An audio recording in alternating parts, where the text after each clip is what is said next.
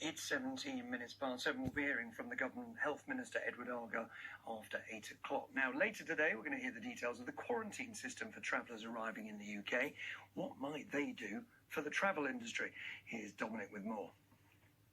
It's been widely reported that nearly everyone coming to the UK will have to self-isolate for a fortnight. The big exemption will be for those coming from the common travel area, which includes, of course, Ireland.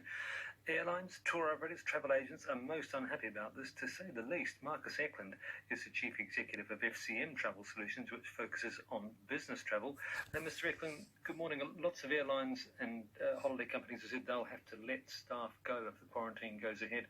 Does that apply to you as well? Good morning, Dominic. Yeah, it definitely would apply to ourselves as well. The quarantine measures which is currently put in place obviously have an enormous impact on the hospitality sector and all the travel industry players here as well. So it would definitely apply to ourselves as well.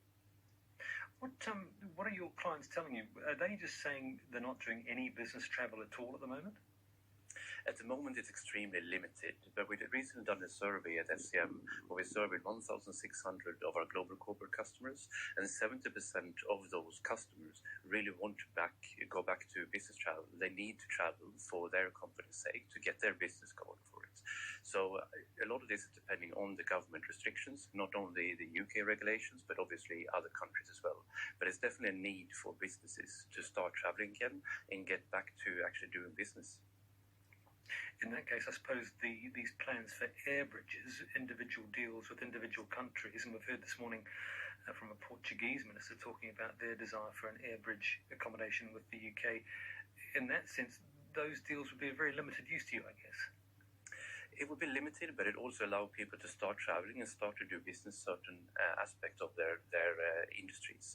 So if you look at the European Union and trade that UK is doing with that, just having some air bridges into the European Union or to some selected countries will allow the people to start planning again for their business needs and also be able to start traveling again.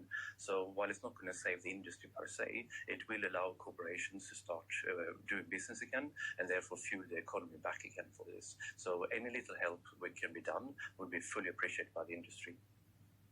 We had Michael O'Leary, the Chief Executive of Ryanair, on the programme recently, where he said he thought that people would just travel anyway, sort of betting on the fact that any quarantine, self-isolation would be completely unenforceable. There just aren't the numbers of people to chase it up. Do you think people might just take a risk and travel anyway?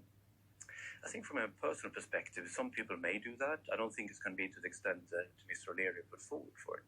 However, from a business travel community, which is actually the largest travel part we have here in the UK, those obviously more governed by HR departments and governed by the corporation's regulations for it. And they will be very unlikely to start traveling because not an individual's decision, is a company decision for it.